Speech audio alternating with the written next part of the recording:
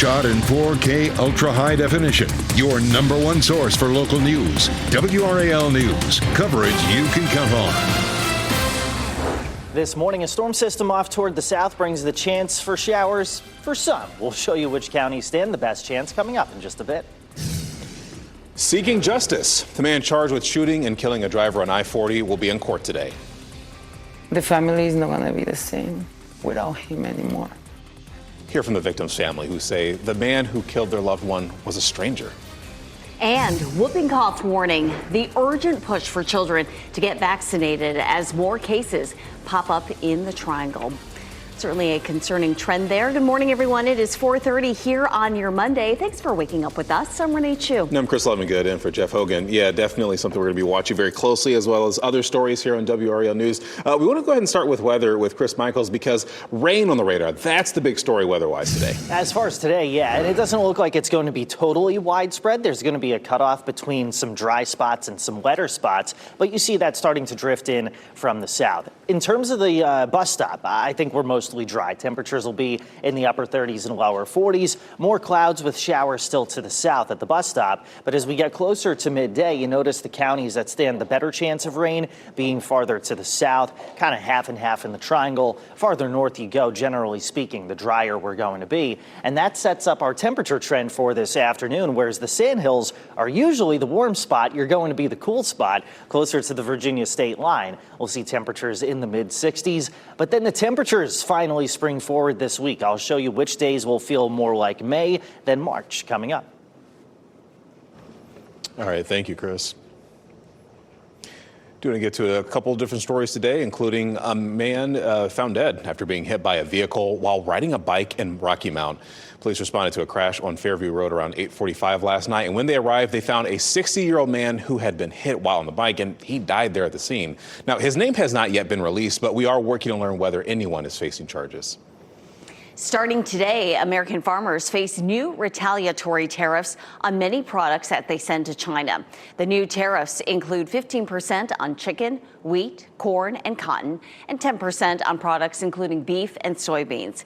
Meanwhile, Canada's new Prime Minister, Mark Carney, says his government will keep tariffs as well until the U.S. shows some respect. President Donald Trump says tariffs on Canadian and Mexican goods are scheduled to begin April 2nd, might be increased. New tariffs on steel and aluminum imports are due to start Wednesday. Today, a man charged with shooting and killing a driver on I-40 East will be in court. 35-year-old Ricardo Baez was killed Friday morning while driving to work. WRAL's Kelsey Coffey joins us live from the Wake County Courthouse. And Kelsey, the man charged in this shooting did not know Baez. Yes, Renee, our crews were there during the aftermath of that road rage shooting. And this morning, we're here at the Wake County Courthouse as the man who's charged with this will face a judge for the first time. This man that you're looking at on your screen, Josue Quintanilla Reyes, is due in court today. He's facing murder charges after a shooting on I-40 Friday. Deputies arrested Reyes for shooting into Ricardo Baez's truck as he headed into work. Baez was taken to the hospital where he later died, his family still reeling from grief. I don't wish this to nobody. And I want to make conscious to drivers. If you go on a rush, please leave earlier. If you're late, hey, it's better be late than never. So we'll have a crew here at the courthouse to keep you updated on what comes out of this case. Kelsey Coffey, WRAL News, live in Raleigh. Whooping cough was detected in a Wake County school, and doctors say families should consider getting vaccinated. Let's bring in WRAL's Laura Levine. She joins us live right now. Laura, we have also learned that at least 2 cases of whooping cough were being treated at UNC hospitals last week. Chris, good morning. Health experts are reporting a slight uptick here in North Carolina in pertussis cases, also known as whooping cough. UNC health doctor here that we spoke with, he says that this is something that is highly contagious and it could last for several weeks. I want you to take a look here at this screenshot of a letter. This letter was sent to parents last week in Wake County Public Schools, specifically parents of students at Oberlin Middle School. That's where they had a confirmed case detected at the school. Dr. David Weber with UNC Health, he tells us that there were also 2 more cases of the whooping cough at UNC hospitals the week of March 1st. So the respiratory illness often begins like the common cold, but intense coughing can last for weeks or even months. A whooping cough is most serious to babies and children, especially those who haven't had the recommended vaccinations. It is transmitted by aerosols, by coughing, sneezing, and then people breathing it in. And it's quite infectious, meaning somewhere in the range of 10 to 12, what we call RO, meaning if I was infected and everyone around me was susceptible, 10 to 12 people would become ill. Yes, so that really puts it into perspective how serious and contagious this is, especially for students in the classroom. Dr. Weber really recommending those parents to get students vaccinated. Laura Levine, WRAL News, live in Raleigh. The U.S. Department of Justice is investigating record-high egg prices. A Wall Street Journal report says the investigation will focus on large egg producers. The DOJ sent letters to some egg producers requesting them to keep documents related to their conversations about pricing. Investigators want to know if egg producers are conspiring to keep prices high and holding back their products. Egg prices are currently more than double the price they were compared to last year, and the sharp rise has been linked directly to an avian flu outbreak. Former central banker Mark Carney will serve as Canada's next prime minister. Carney will replace current Prime Minister Justin Trudeau after the governing Liberal Party elected him as its new leader yesterday. Trudeau announced his resignation in January. During his victory speech, Carney took aim at what he called unjustified tariffs imposed by President Donald Trump. He's attacking Canadian families, workers, and businesses, and we cannot let him succeed. And we won't. Carney will now lead the party into the next federal elections. They must be held before October, but could be called much earlier. Carney will face off with conservative leader Pierre Poilievre in the election. We're watching closely to learn what's next for Kevin Keatts since he was fired as NC State's men's basketball coach. He led the team through 8 seasons, and last year he helped guide the Wolfpack on a historic run to the Final Four. NC State won 9 games in a row last season. It earned its first ACC tournament title since 1987 and its first Final Four appearance since 1983. But the Wolfpack missed the NCAA tournament in 4 straight seasons under Keatts. And this year, NC State finished bottom 3 in the conference. Because of an expanded ACC, they won't make the ACC tournament to defend their title. WRAL Sports investigative reporter Brian Murphy puts this into perspective. Yeah, I was at the Pitt game on Wednesday night, their final home game of the season, and Lenovo Center was empty. You know, it costs a lot to fire a coach. You're looking at, at least $7 million in buyout for Kevin Keatts alone. At some point, it becomes more expensive to keep a coach when you are not putting anybody in the seats, anybody in the stands for your home basketball games. NC State Director of Athletics Boo Corrigan has some decisions ahead of him. Since coming to Raleigh in 2019, NC State has had the same coach in men's and women's basketball, football, and baseball. But this will be a chance for him to make his mark on the program, especially with Chancellor Randy Woodson retiring in June of this year. Today, Governor Josh Stein plans to announce a new initiative to strengthen North Carolina families. Stein will make the announcement during a visit to Kate's Corner Learning Center in Durham. Lieutenant Governor Rachel Hunt and State Senator Jim Bergen will join him. We expect that announcement around 10:30 this morning. A South Carolina woman is facing charges in connection with the huge wildfire near Myrtle Beach. Alexandria Bialowsko is accused of negligently starting a fire in a backyard fire pit that burned out of control. A burn ban was in place in Horry County at the time. And authorities say the backyard fire sparked a larger fire that has now burned 2,000 acres. It's still burning and is only 55% contained. Firefighters in New York State are rushing to contain massive wildfires that have ripped across hundreds of acres. The fire broke out on Saturday and burned rapidly because of drought-like conditions in the state. Thousands of trees were destroyed and buildings were burned as well. Mark Crillo's business is one of them. It's upsetting. I watched flames go up to our property, up to the building, and up and over the top of the building, and I watched it like there was a giant hand. Crews are keeping a close eye on hot spots while the investigation into what started the fires has already begun. John, it's 4:39. School threat arrest. What police in Florida found at the home of a 17-year-old they say made a video threatening to shoot up a high school. And marching for unity. Civil rights advocates mark the 60th anniversary of Bloody Sunday. This whole experience has been really, really inspiring to be around so many people who made so many sacrifices. The journey that gets underway today from Selma to Montgomery, Alabama. And we do want to give you a live look at downtown Cary Park. Actually, pretty beautiful to see the moon up there in the sky. Just a heads up, we are tracking a storm that's just to our south. We'll talk about which counties stand a better chance of rain today than others. From the WRAL Severe Weather Center, North Carolina's most experienced team of meteorologists. 4:43 this morning, we have the tower lit in purple as we've got more clouds streaming into the area. A few showers are going to make their way in, but they won't contain this like they had Friday night. This was in Creedmoor. Amanda Thompson taking the picture of what a lot of us saw. It was that dust and dirt from a dust storm in Texas and New Mexico. We've got the full explanation right now on WRAL.com. But any showers we see today, they're just going to be plain old rain, no dust or dirt with that. Keep in mind, it's about 50% of the area that sees that late morning into the afternoon, and that 50% is mostly going to be near and to the south of Interstate 40. That's why Fayetteville's a cool spot at 58, Raleigh 61, Durham 63. We'll show you when and where we see the chance for 80-degree warmth coming up. Chris, thanks. A Palestinian graduate student has been arrested by federal authorities after his role in protests against Israel on Columbia University's campus. Mahmoud Khalil was arrested on Saturday by ICE agents, according to his attorney. The Department of Homeland Security says Khalil, quote, led activities aligned to Hamas. His attorney says ICE agents told them that they were carrying out orders by the State Department to revoke Khalil's green card and student visa.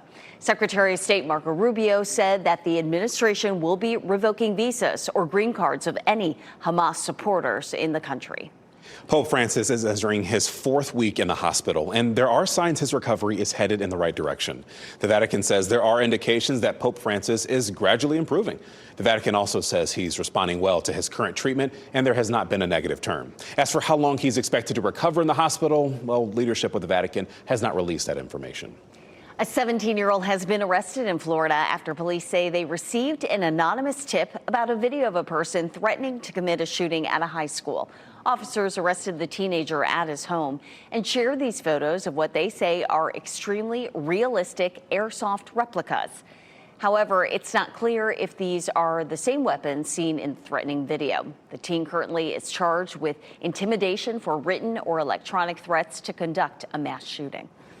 Police say the man shot and killed late Friday in Fayetteville was 28-year-old Laquarius Dove. The Cumberland County Sheriff's Office responded to shots fired on Pebble Street, and when deputies arrived, they found Dove was dead. This investigation is being treated as a homicide, and investigators say this death does not appear to be random. Secretary of State Marco Rubio is on his way to Saudi Arabia. He's expected to meet with his Ukrainian counterparts there after President Donald Trump said he wants to end the Russia-Ukraine war as soon as possible. Both Rubio and Ukrainian President Volodymyr Zelensky are expected to meet with Saudi Crown Prince Mohammed bin Salman. A fire in Fayetteville's North Hills subdivision left 4 people without a home, and firefighters responded to a call on McCohen Drive yesterday, and that is where they found flames at a 2-story house. This is the aftermath here. Firefighters say they managed to quickly put the flames out and no one was inside. As for what caused the fire, though, investigators are still looking into that. Despite cold and rainy weather in Selma, Alabama, marchers gathered to commemorate the 60th anniversary of Bloody Sunday. Each year, people cross the Edmund Pettus Bridge to pay tribute to those who took part in what's considered a milestone in the fight for civil rights. Friday was the actual anniversary of the day Black activists tried to walk across the span on their way to Montgomery. They came under attack by police officers trying to break up the march. Marchers say they still feel there is work to do, and they say the key is educating youth. That's why we got to continue to educate and motivate these young people. That's been my whole essence, because even the Selma movement, Birmingham movement, it wouldn't have survived the Freedom Ride sit-ins without young people. The journey isn't over with the bridge crossing. Today, marchers will start to make the 54-mile journey from Selma to Montgomery. All right, today is a day we want to pay attention as the meteorologist Chris Michaels is watching the radar there. Chris, I see a lot of green there. How much of that rain can we see in our area? It's not going to be a ton, right? We could use some, but I would say our rain totals will be about 1/10 of an inch or less. Higher totals, it'll be closer to the coast with this area of low pressure that's riding the coast. And you can see by tomorrow morning at its farther to the east. Southern half of the area today is going to stand the best chance for some showers, and that starts late this morning into the afternoon. And so we'll start to see that taking shape well after the bus stop and well after the peak hours of the morning commute. And hour by hour, you can see that. Here's 9 a.m., about a 30% chance. Later this morning, that's when we start to see about a 50% coverage in our showers. Because of that, temperatures are going to be held down a little bit, be in the upper 50s, lower 60s throughout much of the afternoon, which is pretty much average, but that does not tell the story for the rest of the week. Let's check it out from a kind of bigger view here. And you'll notice from Tuesday onward, the wind arrows coming in out of the west and southwest. So that's just really pumping warmth into the Carolinas, above average warmth to be more specific. So again, the average is about 60, 61 degrees, and we'll see highs well into the 70s from Tuesday through Saturday. And we've got that later daylight to work with, so there's more time to spend outside for sure. That's the advantage of this. The disadvantage is that we'll start to see more tree pollen getting its act together as well. So if you suffer from allergies, something to keep in mind.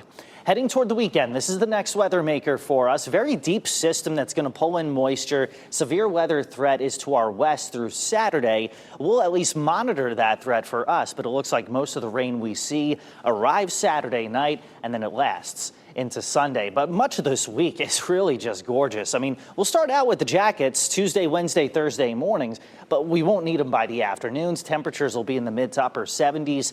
Friday and Saturday ahead of that storm system. Guys, look at that. High temperatures near 80 degrees. We're still in the 70s by Sunday. And then looking ahead to St. Patty's Day, may start to cool things off a little bit.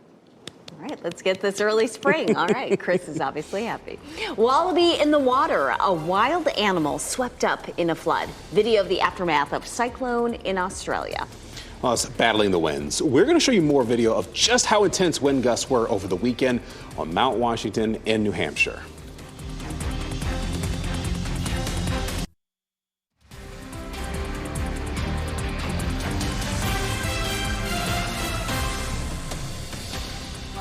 .53 as we take a live look at Fenton and Cary. We have some partly cloudy skies there. We're going to be waiting a little longer for the sunrise. It'll be around 7:30 this morning, and then we could see rain today. People in southern Australia are dealing with flash flooding after the arrival of tropical cyclone Alfred. About 9 inches of rain fell in just 3 hours in some areas yesterday morning. The storm also knocked out power to about 200,000 people, and one man died when his car was swept away in all of this. A bystander in Brisbane saw this wallaby caught up in the floodwaters. He says he and his daughter followed the animal downstream to see if they could help. Eventually, they found the wallaby had made its way to the creek bank, waterlogged but safe. All right, so we want to show you this. People who summited Mount Washington on Friday battled winds of more than 130 miles per hour. The video you're seeing here was taken at the observatory. People working there are not strangers to strong winds. The summit sees gusts of more than 100 miles per hour every 3 days in the winter. I cannot imagine. Can't even stand up in it. Seth Rogen is taking on a new role in more ways than one. David Daniel has the scoop in our Hollywood Minute. Prestige films and box office hits, those are not mutually exclusive. We can do both and we will do both. Matt, I get it. You want to make great art and make $1 billion doing it. Well, guess what? That never happens, and you're going to screw everything up trying to make it happen. Seth Rogen is a new Hollywood head honcho trying to have it all in the studio. Fittingly, Rogen is also an executive producer on the star-studded series. The first trailer is out now, and the 10-episode comedy debuts March 26th on Apple TV Plus with the first 2 episodes. It was really exciting. Michelle Pfeiffer is set for an exciting time in Hollywood. The actress is set to be celebrated on April 25th with a handprint and footprint ceremony at the TCL Chinese Theater. The event is part of this year's TCM Classic Film Festival, which is showcasing her 1989 film, The Fabulous Baker Boys. That role earned Pfeiffer an Oscar nomination and a Golden Globe Award. In Hollywood, I'm David Daniel. A sci-fi film topped the charts at the weekend domestic box office. Talking about Mickey 17, starring Robert Pattinson, dethroning Captain America: Brave New World. Now, studio estimates show that it made over $19 million in its weekend debut, but despite the top spot, Mickey 17 cost an estimated $118 million to make. So it barely scratched the surface to recover costs. Whooping cough in a Wake County school. The urgent warning from doctors about this highly contagious infection. Spring break disappearance. The desperate search for a University of Pittsburgh student who vanished in the Dominican Republic. And multi-million-dollar contracts. The big paydays for two NFL superstars.